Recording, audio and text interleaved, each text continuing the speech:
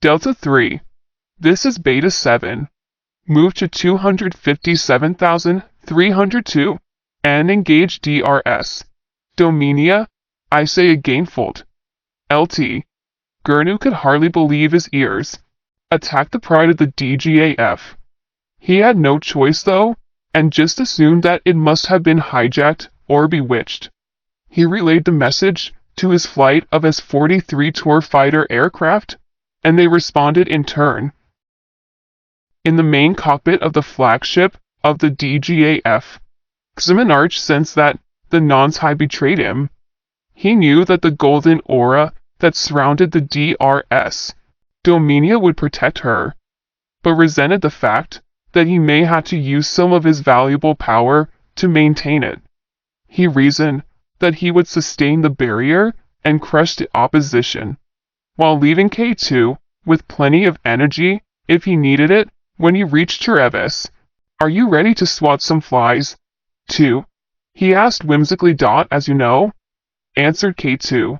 It was almost like a conversation with one's own thoughts. All 48 missiles were launched from the wings and upper canards of the Wolverine fighter bombers in the few seconds that followed. They clawed their way rapidly into the upper atmosphere. Only 2 of Theta Squadron limped back to their air base. The rest were struck with the terrific explosions intended for the DRS. Dominia. Lord Firecross watched the holographic map with deepening interest and concern. Ximenarch knew that he did not have the power to simultaneously transcend each spell and redirect the volley of molecular skin-guided missiles. He instead focused his attention on the maintenance of the glowing shield that surrounded the air vessel within the space of 7 seconds. Wave after wave of extremely high explosive rocked the DRS, Dominia. The golden aura dimmed slightly under the weight of the barrage of powerful explosions.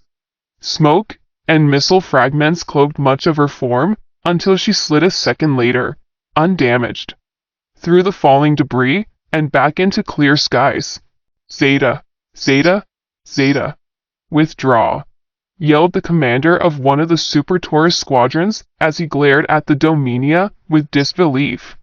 It was obvious to them now that if they were to have any chance of destroying her, that they would need help from the occult wing.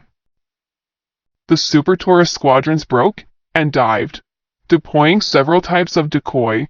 It was not clear exactly how many were destroyed, but Ximenarch got some satisfaction from the knowledge that less than 1/3 of them would make it home. 0 Thea. This is Thea 4. Ready metronome. Metronome was a command given to flight magicians in the Detosian Air Force that made cast their most effective spell. It resulted in many different spells being cast because of the different levels of ability attained. Yet others focused on the control surfaces, causing the target to list higher. More experienced flight magicians were increasing the gravitational pull on the DRS. Dominia and others were focusing their magic to cause an internal storm within the cabin. Lord Firecross was understandably mortified. Natch. Bastard, he yelled as he smashed his heavily armored exoarm down on the hologram platform. He turned the address system on and said with a tone of staunch authority, "Prepare to defend the capital, consolidate, and stand ready." The struggle for Suroveska scanned the chamber for his friends. Facing him were Siraj of the Few, Othan, and Garen Eid, but no Jack Corrigan. If he was indeed somewhere else, Ka hoped that he would be there in his entirety. We're the one who drank the essence of the Shanu seemingly broke through. Those outside the inner circle were not permitted to witness it at all. All present had their suspicions about the physical state of the Shanu. Ka told them the truth. "The Shanu stone has been utterly destroyed," he said, displaying his usual lack of emotion. "We are impelled now to prepare for Ximenarch's attack. Be wary of unforeseen events. These cannot be predicted, yet measures taken to minimize inadequacy reduce unnecessary loss. No one knows with any certainty what it is that the consumed essence of Shannon will do. And he turned away from them to begin ascending into his tower. Often, Siraj, follow with me. He did not wait for a reply. As he moved away, he raised his voice slightly. Garen, Alkara waits for you in the guest chamber. Garen E was delighted at this news. He had not seen his wife in several months. He sprinted into the underground tunnel that led to the guest chamber. And his wife, Alkara's Rain E. Thank God you have returned, squealed Alkara enthusiastically when she saw Garen. Thank God you are okay, answered her husband as he set her down gently, delighted that at last he would be able to hold his only love close. And for about 30 seconds, the violent, frontier pioneering world seemed like a more reasonable place. Then single air battleship, glowing gold, south-southeast, 3,000 hex cubits, announced the magically ebified voice from the apex of one of the towers. It was true. In the distance, through the permanent mist that surrounded these gray-purple stone giants, the DRS, Dominia was looming like a glowing evil spirit. They did not feel as if they should be made to breach strictures on certain forbidden practices of the high arts, for any reason. Ka had expected this. He looked directly at Siraj. Your powers of arcane cancellation are of paramount importance. The seriousness of Ka's tone was vividly apparent. I am ready, said the scarab, pretending to warm up by stretching. Nan was coordinating the defense of the concentrated, heavily fortified ground. Ka already had some idea of where the attack would come from before the announcement. He did not know if his magic would be powerful enough to stop the colossal air warship. Onward the DRS. Dominia sailed through the thick grayish mist. It was traveling considerably faster than its human owners had ever managed.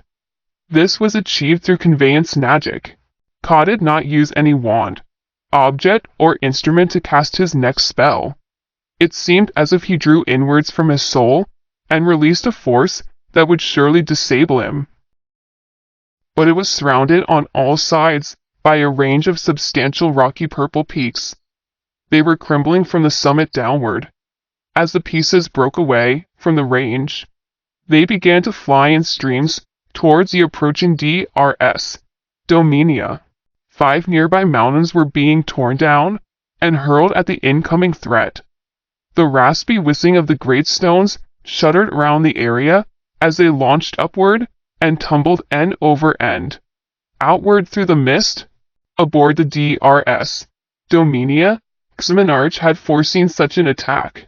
It was the precise reason for the creation of K2. You recognize what action to perform? 2. He said, as if he was reassuring himself of this fact. Xmenarch and his clone were buffeted from side to side by the impacts, especially the larger ones. But there was no breach in the hull. Ka looked up briefly after completing his spell. Almost completely. With that, he began trundling down the spiraling stone staircase on the way to the Chamber of Pools. Quantai was suspicious. Wild thoughts, mixed in with reasonable questions, flashed through the wily old samurai's mind. What did he mean? Was he withdrawing from the battle? Does he mean to destroy us all? Where is he destined? He decided to follow after Ka, who was too concerned about his next action to pay enough attention to notice. Xmenarch had one weakness. He began the ceremony. Siraj was growing impatient. He knew he could not reach the soaring airship with his talents from where he was. Nan, is there a jetpack in this place? He questioned the head of security with vigor. Downstairs. I will show you. And they both raced down the purple stone staircase. In the main bridge of the DRS, Dominia, the attack was going precisely to plan. Almost half of the sprawling complex had been completely devastated. Every now and then, Xehanort and Kate would look at each other, almost laugh, and then continue with their tasks. They were almost over the main tower when they saw a lurid orange blue streak emerge from its base. A jetpack. Xehanort, at this stage, was becoming slightly complacent. Instead of taking control of the masses of anti-aircraft guns on that side of the vessel, he decided that he would simply amplify the golden aura around the Dominia to engulf and destroy this little pest. The DRS, Dominia, glowed even brighter, and the halo surged larger and larger. The DRS, Dominia, was struck with a wave, which immediately extinguished its aura, and, because it had previously been flown by the power of magic, began to list heavily to starboard. Xehanort was furious. He felt completely drained. His plan was now failing. "Can you get control of her too?" he asked panicking Mabe. Kate said, wrestling with a stick. Charging in and striking swiftly, Quantai grimaced and was sickened as he slashed through Ka's little body from shoulder to hip. He fell to the ground. The liquid in the pools of life began to rise again. Garen and Quan felt a physical sense of relief rush over their bodies. Unfortunately, so did Xehanort. He had been near collapse and was now determined to kill Ka. He did not know that this had already been done. The air dreadnought was careering towards the main tower at shocking speed. Xehanort had managed to accelerate the now relatively mundane-looking menace with what remained of his magic reserves. The few match that remained were running at full pace from the area. Garen and Alcora had reached the outskirts of the rubble. Othin was determined to wait in the tower for Ka until he saw the true size and threat value of a 350 meters long missile. He ran, along with Non and the others. K2 had some magic left. He liked Xehanort, but felt that he was superior to him. He transposed himself from the vessel at the last moment, became translucent, and scuttled away through the air, determined that he would rule the world of Nons sometime in the future.